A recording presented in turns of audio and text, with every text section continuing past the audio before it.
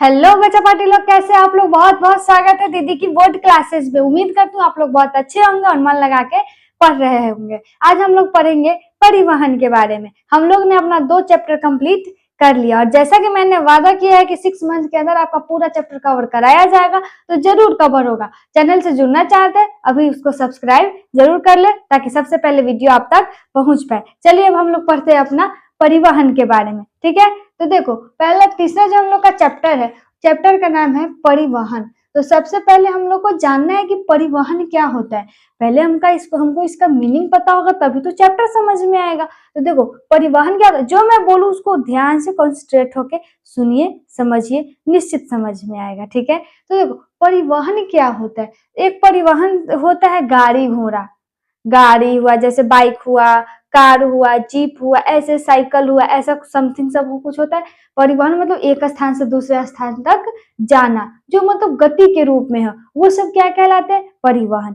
तो वैसे ही एक परिवहन होता है हम लोग के शरीर में, पेड़ पौधा के भी शरीर में होता है। हम लोग का मतलब जितना भी सजीव जंतु है, जीव है, वनस्पतियां है, पेड़ पौधे, उस सबके अंदर भी एक होता है परिवहन। तो आप बोलोगे दीदी मतलब हम लोग के अंदर में गाड़ी चलता है क्या? नहीं, तो हमारे शरीर में जो भोज्य पदार्थ बनता है, जल जो बनता है, पूरे शरीर तक जो पहुंचाने का कार्य होता है, उसी का सम्मिलित रूप को बोलते हैं परिवहन।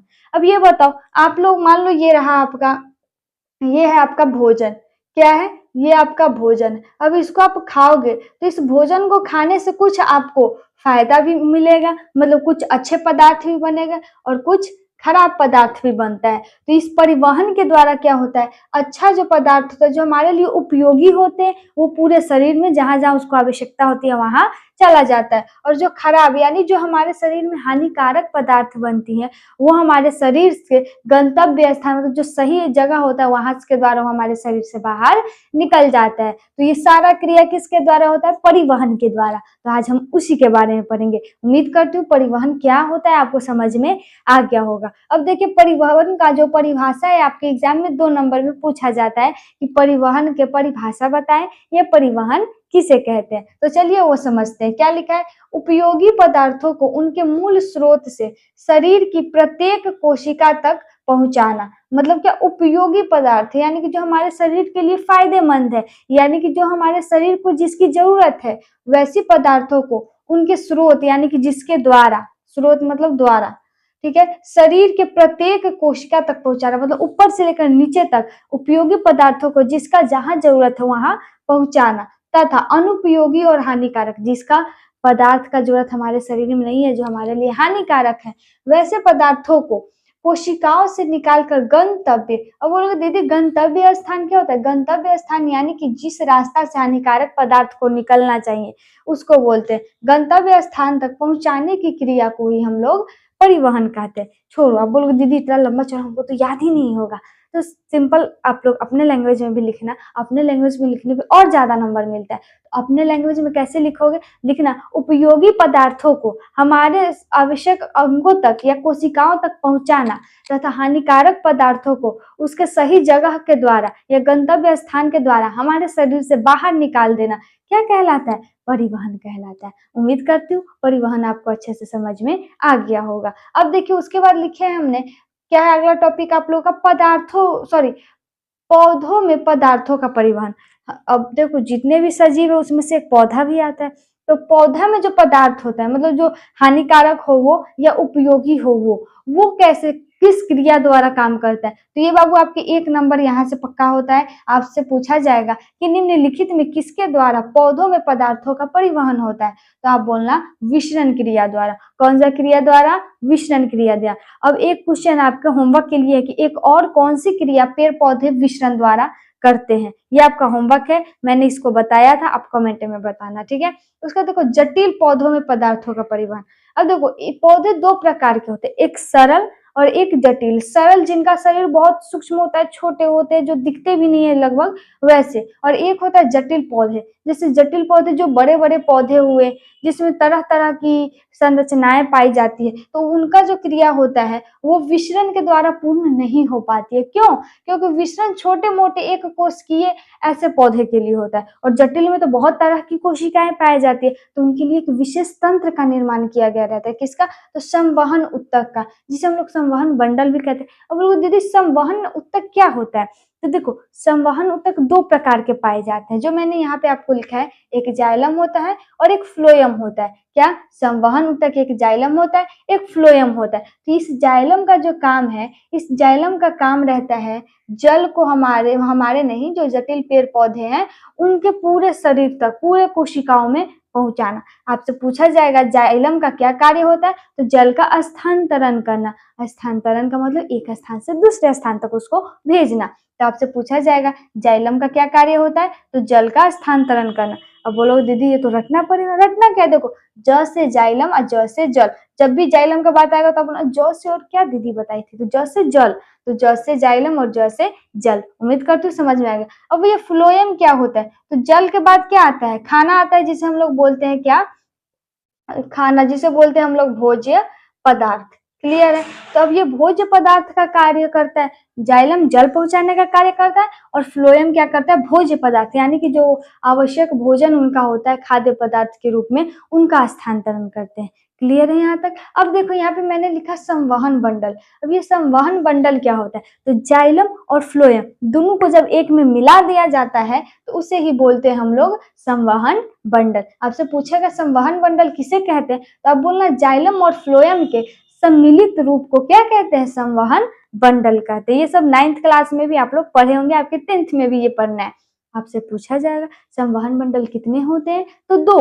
कौन कौन? जाइलम और फ्लोएम। उम्मीद करती हूँ यहाँ तक समझ में आया होगा। अब आप ध्यान दो तो यहाँ नीचे में मैंने दो चीज लिखा, जो अभी मैं थोड़ी देर पहले समझाई हूँ। देखो जाइलम का काम क्या होता है? जल संवहन ऊतक। इसका नाम जो है जल संवहन ऊतक भी रखा गया है। क्यों? क्योंकि ये जल पहुंचाने का काम करता है, खनिज लवण एक स्थान से दूसरे स्थान तक ले जाता है।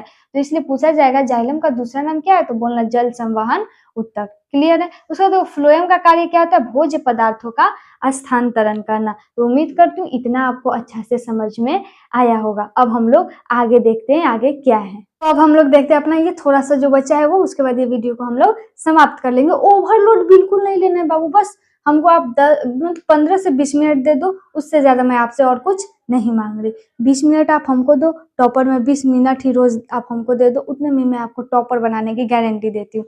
चलो अब हम लोग पढ़ते बिना बकवास किए, ज्यादा बकवास करने का क्या फायदा। देखो हम लोग ने अभी थोड़ी देर पहले ही पढ़ा क्या? जाइलम और फ्लोएम के बारे में, कि जाइलम का काम होता है जल पहुंचाना और फ्लोएम का काम होता है खाद्य पदार्थ का स्थानांतरण करना। उसके बाद आपसे पूछा जाएगा जाइलम फ्लोएम में भेद बताएं, या जाइलम फ्लोएम में अंतर बताएं, या जाइलम या फ्लोएम में मतभेद बताएं। कुछ भी पूछे जाइलम और फ्लोएम में अंतर से रिलेटेड, आपको बस ये 3 पॉइंट जाके चिपका देना है। 5 नंबर या 2 नंबर अपने हाथ में लेके आ जाना है। चलो देखो क्या लिखा है, इसकी कोशिकाएं मृत होती है। सबसे पहला क्वेश्चन आपसे बन सकता है कि जाइलम की कोशिकाएं कैसी होती है, तो मृत होती है। तो इसका जस्ट उल्टा फ्लोएम में होता है कि इसकी कोशिका क्या होती है? जीवित होती है।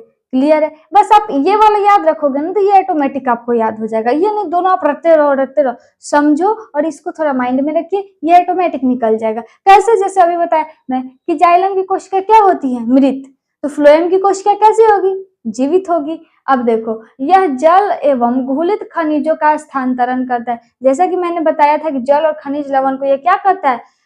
इसके जो आवश्यक अंग होते हैं वहां पे पहुंचाते हैं। उसका देखो इसमें होता है कि यह खाद्य पदार्थों का स्थानांतरण करता है। इसमें देखो यह जल तथा खनिज के बहाव ऊपर की ओर होता है। जैसे कि मान लो ये पेड़ है, ठीक है, ये आपका जड़ है। तो इसमें जो जो जाइलम होता है, तो ये खनिज और लवण जल जो भी हो, सब ये नीचे से क्या करता है? ऊपर की ओर जाता है। कभी भी ऊपर से नीचे की नहीं आएगी, कभी भी नीचे से ये ऊपर की ओर ही जाता है। तो आपसे पूछेगा ऑब्जेक्टिव में, याद कर लो, रट लो, जैसे भी माइंड में रखना है रख लो। तुमसे पूछा जाएगा कि जाइलम में जो जल का बहाव होता है किस दिशा में होता है, तो आप बोलना नीचे से ऊपर की दिशा में, एक दिशीय होती है। जस्ट इसका उल्टा ये होता है कि ये दोनों दिशा में होता है। फ्लोएम का जो खाद्य पदार्थों का स्थानांतरण होता है ये नीचे से ऊपर भी होता है और फिर ऊपर से नीचे भी होता है। तो उम्मीद करती हूँ ये आपको अंतर अच्छा से समझ में आ गया होगा। अब देखो यहाँ पे मैंने लिखा है क्या? पौधों में पदार्थों के परिवहन की क्रिया विधि। मतलब जो पदार्थ होता है उसका क्रिया विधि, मतलब जो पदार्थ का परिवहन किस प्रकार से होता है, किस क्रिया द्वारा होता है।